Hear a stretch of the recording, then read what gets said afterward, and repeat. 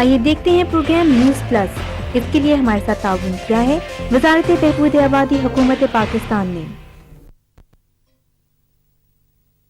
میری شادی شدہ کامیاب زندگی کا راز کیا ہے؟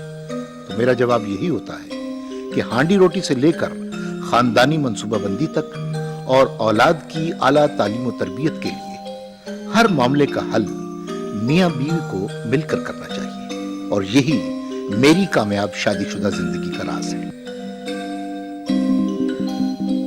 اللہ تعالیٰ سے جہاں یہ شکر ادا کرتا ہوں کہ ایسے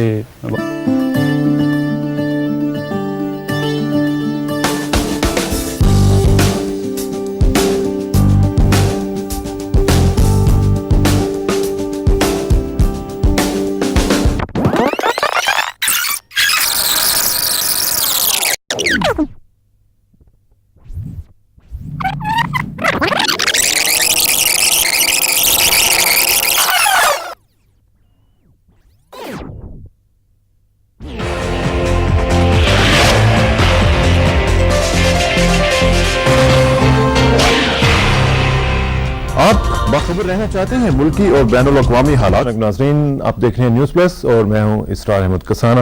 آج کے پروگرام کے بارے میں آپ کو بتا دوں ناظرین کہ آج ہم بات کریں گے سینٹ کا آج اجلاس شروع ہونے جا رہا ہے اور اس کی تفصیلات ہم جانیں گے کہ اس میں کیا کیا ہوگا اور پچھلے جو چند سال گزرے ہیں اس میں سینٹ کی کارروائی کیسی رہی. اس سلسلے میں ہمارے ساتھ گفتگو کریں گے. ہمارے ساتھ اسٹوڈیوز میں موجود ہوں گے جناب سینیٹر نثار مومن صاحب، chairman standing committee on defence and defence production پہ، اور ان سے ہم بات کریں گے، آپ کی کالز بھی لیں گے. اس کے علاوہ ہم دیکھیں گے کہ مکہ معاہدہ جو آپ کو یاد ہے کہ پچھلے دنوں میں ہوا تھا، جس کی وجہ سے آج ہم نے یہ خبر سنی کہ وہاں پہ حالیہ حکومت جو ہے انہوں نے ریزائن دے دیا ہے اور اب وہاں پہ قومی حکومت جو بنانے کی کوششیں جو ہیں وہ شروع ہو گئی ہیں. اس سلسلے میں بات کریں گے. پھر آپ نے دیکھا کہ نالا لئی کے حوالے سے ایک بڑی امپورٹنٹ ڈیولپمنٹ ہوئی ہے کہ وہاں پہ ایکسپریس وے بنانے کا ایک منصوبہ جو ہے اس کا اعلان ہوا ہے، اس کا بھی ہم تجزیہ کریں گے. اس کے علاوہ پاکستان میں جو ہمارا صوبہ ہے پنجاب میں پولیس افسران جو ہیں ان کو اپنے اپنے ضلعوں میں تعینات کرنے پر پابندی لگا دی گئی ہے. اس حوالے سے ہم بات کریں گے آئی جی پنجاب جناب احمد نسیم صاحب سے. ان سے پوچھیں گے کہ اس کی کیا اہمیت ہے. لیکن یہ سب کچھ ہوگا خبروں کے بعد، اور خبروں کے لیے منتظر ہیں نیوز سیٹ کے اوپر عشرت ثاقب صاحبہ اور ان کے ساتھ ہیں نسرین آغائی صاحبہ. Over to you Ishrat please. شکریہ. بسم اللہ الرحمن الرحیم. السلام علیکم. وزیر اعظم شوکت عزیز نے فلسطین، عراق اور کشمیر کے مسئلوں کے سیاسی حل کی ضرورت پر زور دیا ہے تاکہ دنیا میں دیر پا امن کو یقینی بنایا جا سکے. اسلام آباد میں institute of strategic studies conference سے خطاب میں انہوں نے کہا کہ پاکستان نے بھارت کے ساتھ جامع مذاکرات کا سلسلہ شروع کر رکھا ہے اور صدر پرویز مشرف نے اس سلسلے میں کئی تجاویز پیش کی ہیں. انہوں نے کہا کہ پاکستان دہشت گردی کے خلاف عالمی مہم میں اہم کردار ادا کر رہا ہے، تاہم اس مسئلے سے نمٹنے کے لیے اس کی وجوہات کا خاتمہ ضروری ہے. ایران کے ایٹمی پروگرام کے بارے میں وزیر اعظم شوکت عزیز نے کہا کہ پرامن مقاصد کے لیے ایٹمی ٹیکنالوجی کا حصول ایران کا حق ہے. انہوں نے اس مسئلے کو بات چیت کے ذریعے حل کرنے کی ضرورت پر زور دیا.